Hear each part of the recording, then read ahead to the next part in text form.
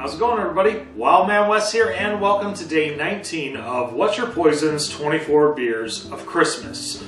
You know the drill, folks. Just open it up. Let's see what we get. Oh, let's see what we got. Ooh, from Microphone Brewing. Oh my gosh, I have not had anything from them in a long time. We have Jing-a-ding, Jing-a-da-jing, the Italian Christmas Pilsner.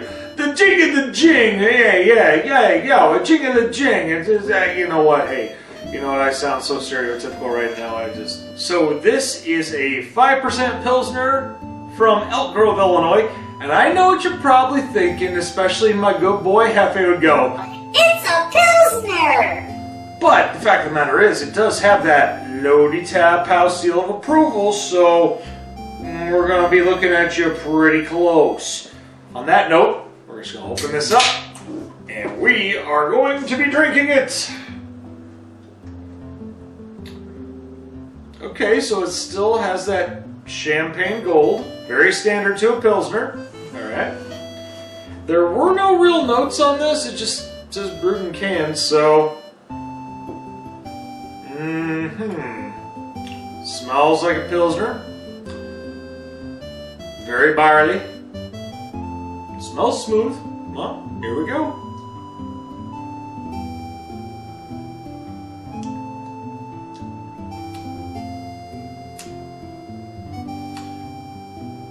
It's a standard Pilsner.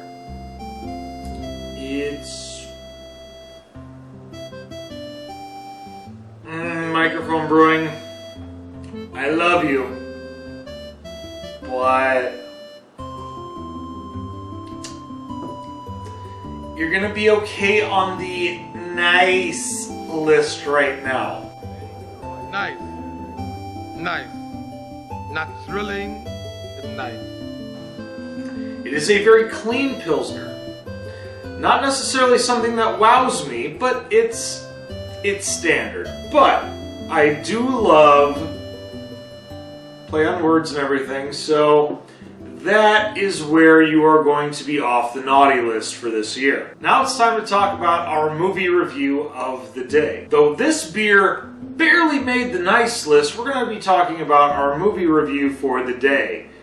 That's right, folks. We're going to be talking about 2021's 8-Bit Christmas.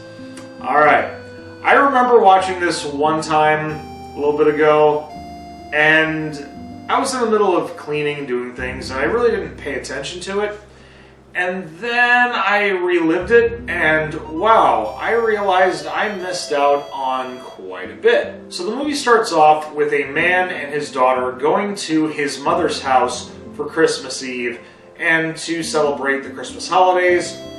And she wants a phone, and he's saying, hey, you know, we don't always get what we want, but you know, I'll tell you what I wanted back when I was your age. And with the concept of the name of the film, 8-Bit, you already know what's happening. The father is going to talk about the story of Nintendo. Alright, I am a byproduct of the 80s, so hearing the name Nintendo, yeah, I don't really need to say much. The father is basically telling his daughter about how he wanted a Nintendo in the late 80s and the means that he had to go through to obtain this. Because let's face it, folks, if you were a byproduct of the 80s and you wanted, whether it was Nintendo, Cabbage Patch Kids, wrestling figures, pretty much anything pop culture back then, you really either had to be a good kid, a rich kid, or you had to do everything to obtain money to buy it after the holidays. And this is basically what this movie is about.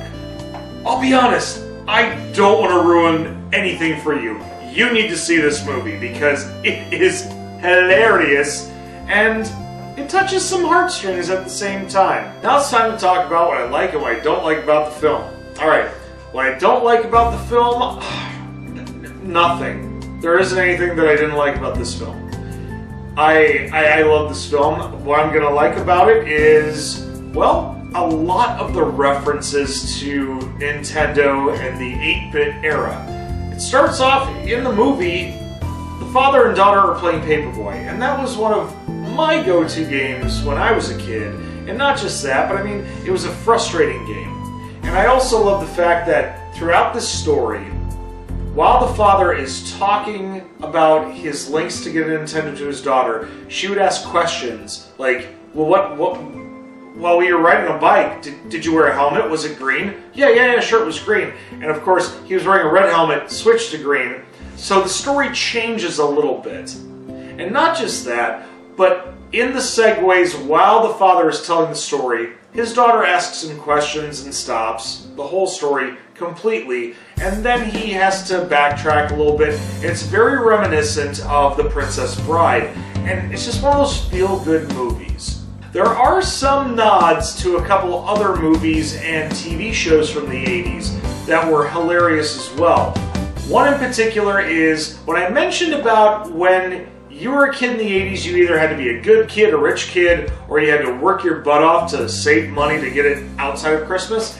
There is a character who's this little rich kid who pretty much loves bragging about everything he has, and his last name happens to be Keen. Now, for those playing the home game from the 80s, especially Nintendo fans, the last name Keen is very reminiscent to Kevin Keen, Captain and the Video Game Master himself. And I thought that was hilarious in a nutshell. And I found that hilarious because it's like, we all, by proxy, we wanted to be the Game Master. We wanted to know everything, even if we didn't have Game Genie.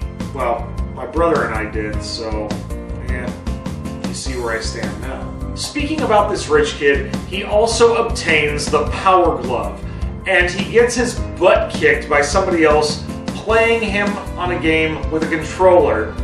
And it just reminds me of The Wizard because, I love the Power Glove. It's so bad. And let's face it, folks, it really was that bad. Okay, let's face it, this is going to be a throwaway review because I'm very biased on this. It is an A+ movie for me. And there is a reason, and I'm going to tell you right now. I'm going to be donning off the Wild Man Wess Santa hat to tell you a story, because it's very important. When I was a kid with my brother back in, I would say 1988, 1989, which the movie, pretty much is around that time, we wanted a Nintendo. And when we were at my grandmother's house, we were opening up presents, and my brother opened up a present that he thought was a Nintendo, but it turned out to be Mousetrap.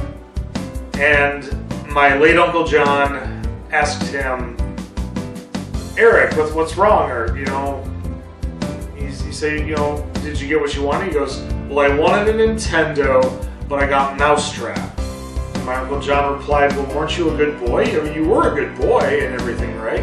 My brother said, yeah, I was a good boy, but you know who couldn't afford it. And that has been legit a funny story that has been passed around every year for almost, 25 years, give or take. And we will still continue to tell that story as much as possible. Well, we hope you enjoyed this quick review on the beer and 8-Bit Christmas. For better or worse, the beer, it's not bad, it's just not amazing. However, you need to check out 8-Bit Christmas on your own. And while you're at it, if you have a Nintendo floating around, plug it in, play it, relive it. You'll be glad you did. Also, make sure you leave a thumbs up if you liked it. If you didn't like it, leave a thumbs down. Also, make sure you share on social media and push that little red button. And don't forget to check out my boy Hefe's stuff on Beer You, Beer Me. Until then, I'm Wild Man Wess, and we will see you tomorrow for day 20 of What's Your Poison's 24 Beers of Christmas. In the meantime, I'm going to have a nostalgic moment. Love you, Uncle John. Miss you.